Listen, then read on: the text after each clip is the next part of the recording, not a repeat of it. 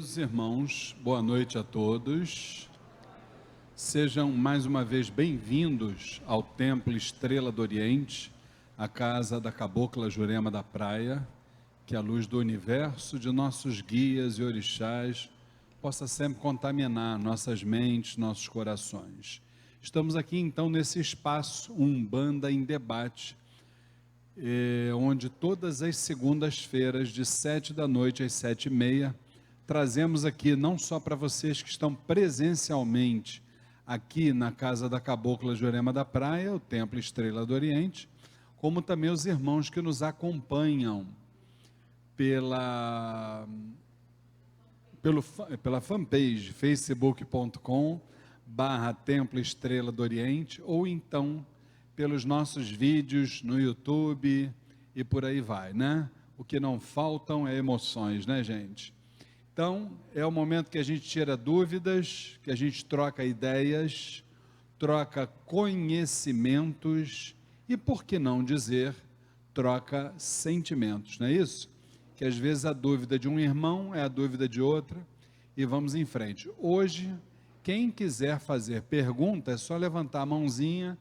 Está aqui a Letícia, que hoje ela está cansada, ela disse, deixa eu sentar aqui um pouquinho e tal, entendeu? Então é só levantar a mão que ela leva aí o microfone para vocês, mas eu já vou começar, porque graças a Deus, nós temos tido aí um retorno bem legal, das pessoas estão nos mandando perguntas pelo WhatsApp, olha ele lá, ó, 21 999 495 494, é o número que vocês podem mandar o WhatsApp, pode perguntar também através, na própria fanpage do Templo Estrela do Oriente, e a gente responde com todo carinho, tá bom? A primeira pergunta, aliás, as 3 perguntas que eu tenho aqui, né, são de alunos da turma vigente do curso Umbanda Sem Fronteiras, que é a 23ª turma, e a primeira delas é a do Fábio.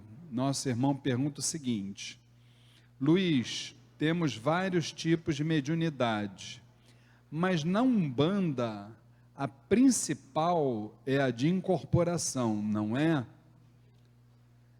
Ô Fábio, depende da visão, eu não acho que ela seja a principal, não. Eu acho que a incorporação é uma das formas de mediunidade, entendeu? Porque a gente sabe, pelos próprios espíritos amigos, que a espiritualidade, se ela tem que realizar alguma coisa, ela não depende de incorporação para nada, não. Até porque existem outras formas também de mediunidade, entendeu? E a incorporação por si só, ela não teria o mérito que ela tem, porque você tem que trabalhar com a incorporação. Quem está incorporado precisa também trabalhar outras formas de mediunidade para que a incorporação possa funcionar. Por exemplo, a audiência, a vidência, e essa audiência no caso é a clareaudiência, a vidência no caso é a clarividência.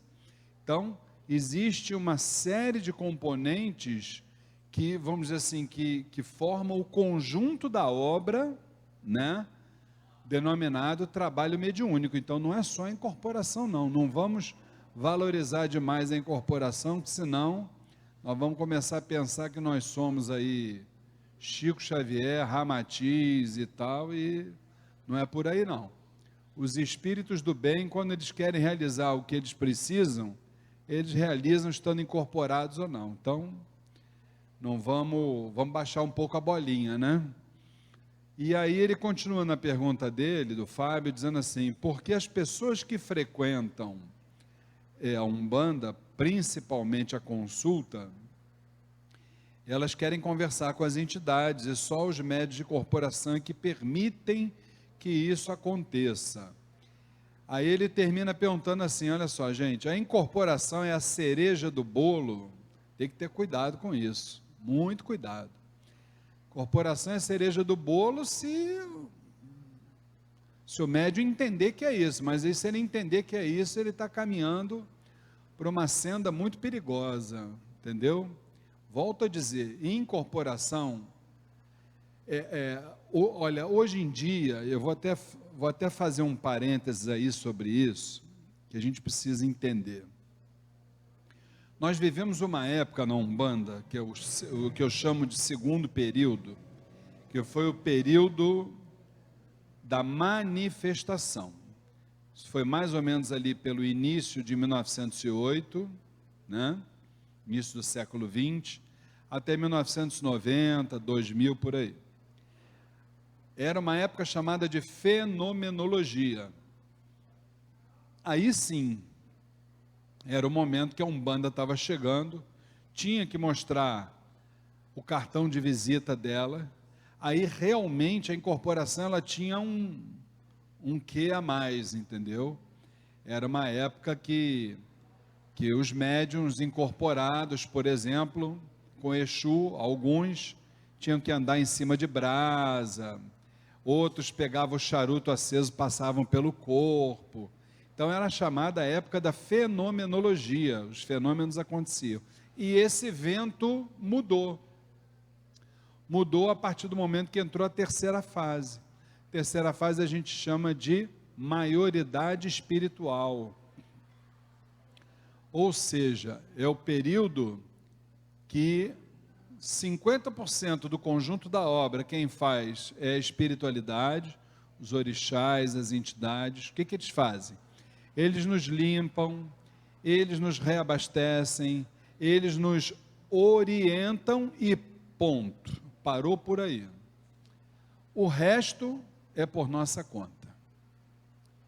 É por nossa conta. Então, esse negócio de incorporação, isso é um pouquinho perigoso até da gente pensar.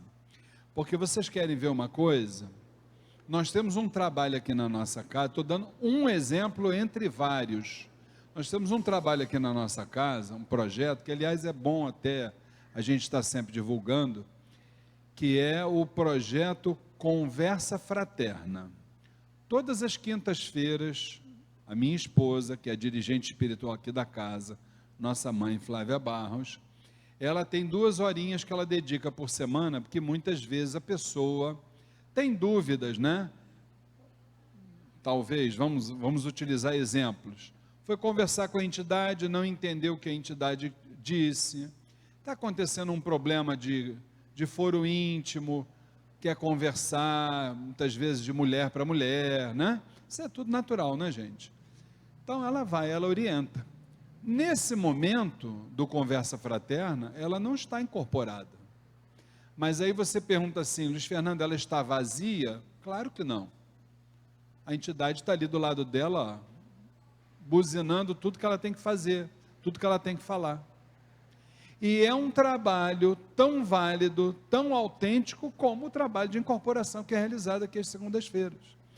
Então, meu irmão Fábio, a incorporação não é indiscutivelmente a cereja do bolo.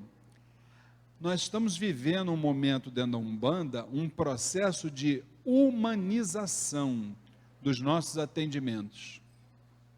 Então, cada vez mais você está atuando dentro da Umbanda sem estar incorporado.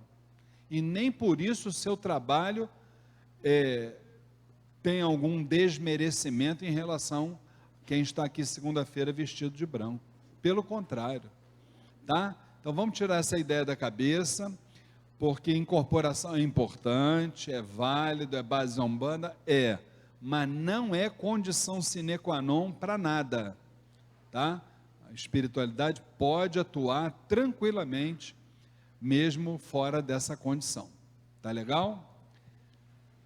Vamos lá. A segunda pergunta do também aluno da 23ª turma do curso Umbanda Sem Fronteiras, ele está ali sentadinho, o William, e ele nos pergunta assim, o que é orixá de cabeça e como posso saber o meu? Por que temos 2 orixás de coroa? Vamos lá.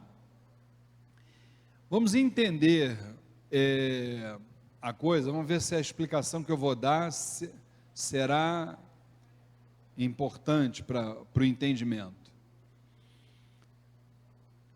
Qualquer tipo de vibração de energia, ela precisa ter um eixo para que ela possa, vamos dizer assim, atuar. Desde que os mundos, os universos, todas as formas de vida, quando tudo isso foi criado, havia um eixo principal. Qual é o eixo principal? Nós chamamos de Zambi.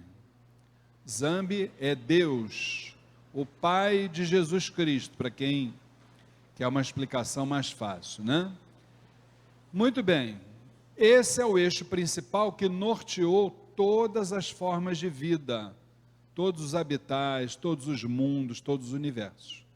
Desse eixo principal, houve um desdobramento de vibrações, e nesse primeiro desdobramento surgiram os orixás. O que são os orixás?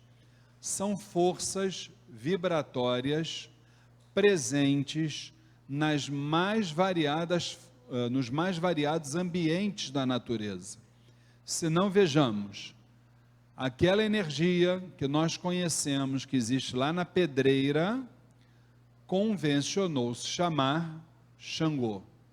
A energia que se encontra lá na cachoeira, convencionou-se chamar Oxum. A que se originou lá nas águas do mar, convencionou-se chamar Iemanjá, a das matas Oxóssi e assim por diante. Muito bem. Dessas energias, orixás. O que quer dizer orixás? Ori, no Yorubá, quer dizer cabeça. Chá, também no Yorubá, quer dizer força, ou seja, uma força que nós temos na nossa cabeça. Tá certo assim?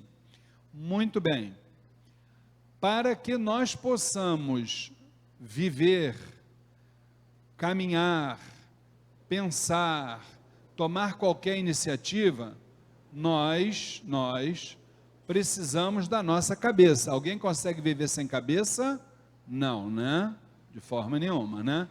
Então, a nossa cabeça é o nosso eixo. E dentro desta cabeça, ou seja, do nosso cérebro mediúnico, existem duas forças principais que formam o nosso eixo. Que forças são essas? Um orixá masculino e um orixá feminino. Mas, Luiz Fernando, por que tem que ser um masculino e um feminino? Por quê? Porque o gênero, ele se manifesta ao contrário do que a onda. Hoje em dia a onda é falar de gênero, né, gente? Já repararam isso? Tudo funciona como onda nesse país, né? Agora o negócio é falar gênero, né? Fica bonito falar, né? Só que ninguém fala de gênero com um olhar espiritual. Todo mundo fala do gênero no olhar carnal, material. Espiritual ninguém fala. Por isso é que estão rodando atrás do próprio rabo, que nem um cachorro vira-lata, entendeu? O dia que começar a ter o olhar espiritual sobre esse assunto, vão entender realmente o que é o gênero. Então, o gênero, ele se manifesta em todos os planos, seja ele material ou seja ele espiritual. Vamos lá ver? Os óculos, o chinelo, o banco, a garrafa, a câmera, a parede, o computador. Vocês estão vendo que em todas as coisas materiais que eu estou dizendo, ou é gênero masculino ou é gênero feminino. Não é isso? Então é desta forma que funciona no plano material. E no plano espiritual não é diferente. Tudo funciona tendo o seu princípio masculino, que é o que põe a energia para funcionar, que dá o start na energia que está dentro de nós. É o polo positivo, é aquilo que se chama na física, que eu não entendo muito de física não, tá, gente? Se chama de física próton, não é isso? E tem o negativo, que é o que recebe a energia vindo do positivo, vindo do próton, chamado Elétron, não é isso, gente? Tá certo assim? Que é o negativo. Esse é o que recebe a energia do positivo e põe em ação a obra criadora, o princípio materno dos fenômenos. Então, essa é a razão de nós termos duas vibrações, um orixá masculino e um orixá feminino. E aí a pergunta do William: como posso saber o meu orixá? Veja bem, cada um tem uma visão doutrinária, tá? Dentro das nossas tradições. Dentro do Templo Estrela do Oriente, nós só revelamos os orixás das pessoas quando essa pessoa participa do curso A Umbanda Sem Fronteiras, que é o curso de doutrina aqui da nossa casa, e ao final do curso, ele decide se iniciar dentro da Umbanda do Templo Estrela do Oriente. Aí ele vai passar anualmente por 3 ritualísticas, uma em março, uma em julho, outra em novembro, e aí na primeira ritualística que ele fizer, ele vai ter os seus orixás, o masculino e o feminino, ou confirmado, ou então revelado, tá certo? O que é mais que ele pergunta aqui? O que é o orixá de cabeça e como eu posso saber o meu, é isso, porque 2 orixás de coroa. Desses orixás que nós vamos ter, se desdobram outras energias, que são as falanges, com as quais a gente trabalha dentro dos terreiros de Umbanda, tá? Das falanges se desdobram as nossas vibrações, entre outras, e é assim que funciona. Tá bom, William? Então, o importante sempre é lembrar o seguinte: os orixás que nós carregamos são sempre, na nossa visão doutrinária, e a gente dentro do curso A Umbanda Sem Fronteiras, a gente justifica o porquê desse nosso conceito, são sempre os mesmos orixás, independentemente de reencarnações. É muito bom deixar isso claro. Nós não mudamos de orixá de coroa de uma reencarnação para outra, tá? Fica bem claro isso. E é importante também orientar, né, que é o nosso papel, cuidado, porque aí na rua o que mais tem é gente querendo revelar o orixá dos outros, tá? Aí você vai no Joãozinho, Joãozinho diz que você é filho do A com B. Aí você vai no Miguelzinho, Miguelzinho diz que você é do C com D. E aí você vai em 300, os 300 te dão os orixás diferentes. Então cuidado, porque orixá, aliás, não só os orixás, todas as vibrações que nós carregamos pelas mais diversas reencarnações, e que, volto a dizer, transcende as encarnações, isso é algo de foro íntimo, é só você e essas vibrações é que tem a ver, não tem essa de ninguém ficar sugestionando quem é o seu orixá. Por quê? Que o Joãozinho, ou o Miguelzinho, ou o Máriozinho, ou a Mariazinha, ou sei lá quem, vai dizer que você é filho de Xangô com não sei quem, e até que prove o contrário, você é filho de Xangô com não sei quem.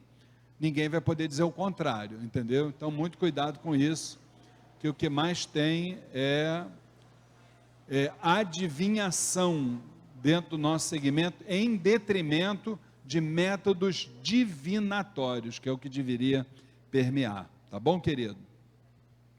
Outra pergunta que a gente tem aqui é da aluna do À Distância, do curso A Umbanda Sem Fronteiras, 23ª turma. O nome dela é Priscila e ela pergunta o seguinte: foi falado no curso Umbanda Sem Fronteiras sobre as incorporações antigamente, quando Exu andava em cima de brasa e se queimava. Porque hoje nós não vemos mais isso? Pelo seguinte, Priscila, eu acabei de falar isso aqui agora. Nós vivíamos na segunda fase da Umbanda, numa fase de fenômenos, né? A fase que a Umbanda estava se manifestando e mostrando para vamos dizer assim, para os habitantes do planeta Terra que ela estava chegando. Aliás, isso não foi uma particularidade só da Umbanda, não. No Espiritismo, quem estuda o Espiritismo sabe do que eu estou falando. Fenômenos das mesas girantes, entre outros fenômenos, e isso também acontecia nessa época. Então não é privilégio da Umbanda. Então foi uma época que a espiritualidade estava mexendo os pauzinhos para que ela pudesse desembocar no lugar certo. Primeiro, em relação ao espiritismo, desembocou em Paris e depois migrou aqui para o Rio de Janeiro, para o Brasil, né? Aqui já tínhamos os nossos índios, né, que eram os donos da terra, e também o Brasil foi o país que mais recebeu irmãos escravizados. Então, nada desses fatos aconteceram por acaso. Tudo teve um propósito da espiritualidade, e a gente veio saber depois, em 1908, qual era o propósito, que foi exatamente um dos propósitos, que foi a mensagem regeneradora da nossa religião de Umbanda. Só que aí a gente passou e começamos a viver um mundo de transição. E num mundo de transição, é até um equívoco nós dizermos que o planeta Terra está em regeneração. O planeta não se regenera. Quem precisa se regenerar é o ser humano, esse é que está doente. Então, a espiritualidade determinou nessa nova fase, né, vamos assim dizer, a partir do ano 2000, que ela faria sim a parte dela, ela colaboraria, relembro como, fazendo limpezas energéticas, reabastecendo, mas orientando, mas a partir dali, cada um tinha que tomar a iniciativa por conta própria, tá? Visando exatamente essa transformação interior, tá certo? Não tem mais essa da espiritualidade, estalar o dedo e é máquina de caldo de cana, bota de um lado já sai pronto do outro. Isso não rola, tá? Esse negócio de fazer da espiritualidade bengala espiritual não vai mais acontecer. Cada um agora tem que fazer a sua parte, tá? E aí está a espiritualidade para colaborar e não para fazer por nós. Então, a partir do momento que a Umbanda se torna um meio e não um fim, aí as coisas mudaram de figura, né? E ela termina perguntando aqui, a irmã Priscila, sobre a hemotransfusão, que é a transfusão de sangue, como é que ela é vista pela Umbanda, assim como a doação de órgãos. Volto a dizer, Priscila, o que a gente sempre fala, né? Nós aqui não falamos pela Umbanda, mas pela Umbanda praticada aqui no Templo Estrela do Oriente. Nós somos totalmente favoráveis à transfusão de sangue, diferentemente de outros segmentos. Somos totalmente favoráveis também às doações de órgãos, tá? Já passamos da fase de achar que você doou o órgão, então a pessoa que vai receber o seu órgão, ela vai ficar impregnada com a sua vibração, não sei o quê. Isso tudo, isso já, graças a Deus e com os estudos, isso já foi sendo considerado como tabu, como crendice. Porque nós sabemos que existe uma categoria de espíritos dentro da nossa religião de Umbanda, que ela também não é propriedade só da Umbanda, e ela atua em todos os segmentos religiosos, filosóficos ou não, que são aqueles que conhecemos como Exus das almas, são os verdadeiros instrutores, tá, dos irmãos desencarnados, mas que se encontram ainda num plano reencarnatório. Isto quer dizer o quê? Que toda e qualquer vibração que ainda pudesse conter, né, na pessoa que desencarnou, toda e qualquer vibração não, mas todo e qualquer apego excessivo que pudesse haver num órgão transplantado, isso, com certeza absoluta, isso é minimizado pelos Exus das almas, fazendo com que a transfusão de órgãos seja realmente uma atitude eminentemente caritativa, fraterna, válida, entendeu? Então não há qualquer tipo de problema em relação a isso, e nós apoiamos completamente quem tem esse tipo de de procedimento. Tá bom assim? Alguém ficou de fazer alguma pergunta? Alguém gostaria de fazer alguma pergunta? Não? Hoje o pessoal está sério, está calado. Olha, gente, me salvou as perguntas que eu tinha, hein? Senão como é que eu ia fazer, né? Tá bom? Tem? Opa, leva ali o microfone. Olha, chama o Carvalhão para levantar a Letícia. Pronto, vai lá, Letícia. Leva o microfone lá, minha filha.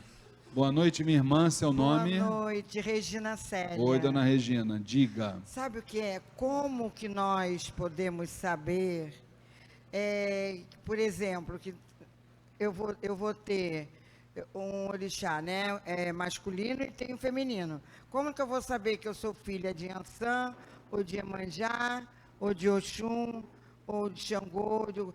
Como que eu vou saber como que isso acontece? Olha,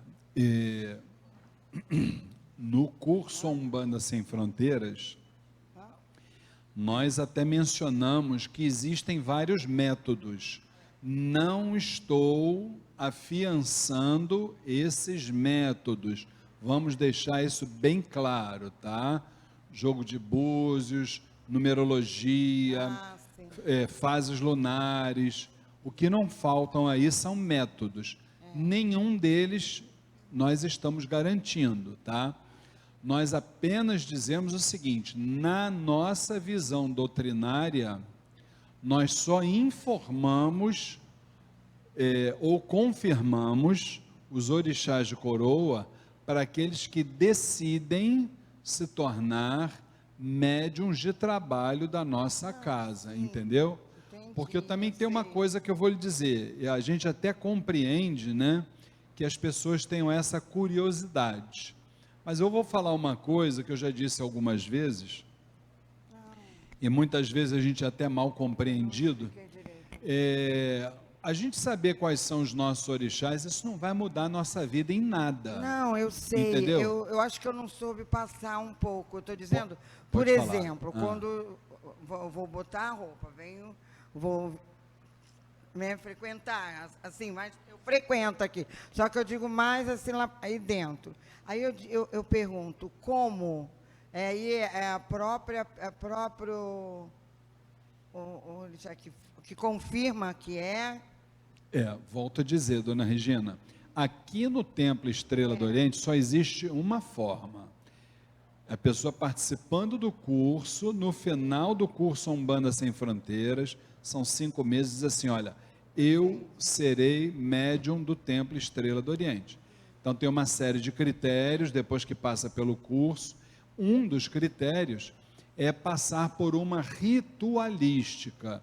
Nessa ritualística é que a cabocla Jurema da Praia, devidamente incorporada, ela vem em terra e ela confirma ou divulga os orixás de coroa de cada uma das pessoas que se propuseram a entrar para casa.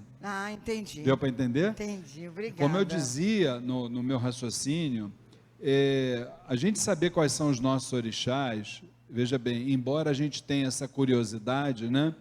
Mas isso não muda a nossa vida em nada.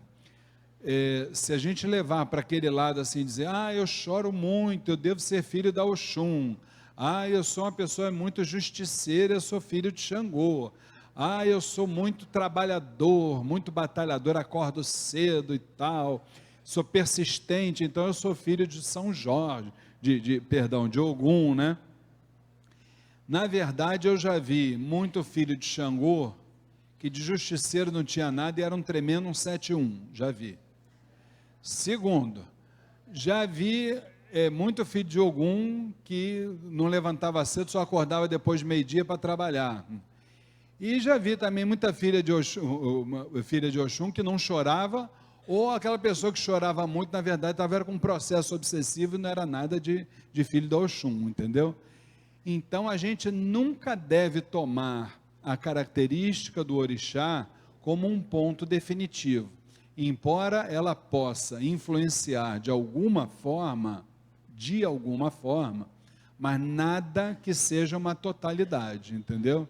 Senão a gente acaba entregando na característica dos orixás aquilo que é a nossa personalidade. Aí não é uma coisa legal, entendeu?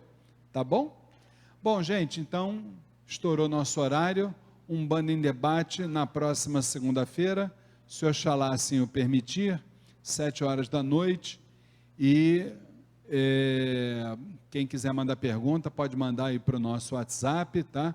999-495-494, repetindo, 999-495-494, e até segunda-feira que vem, se Oxalá assim o permitir. Fiquem com Deus. Obrigado.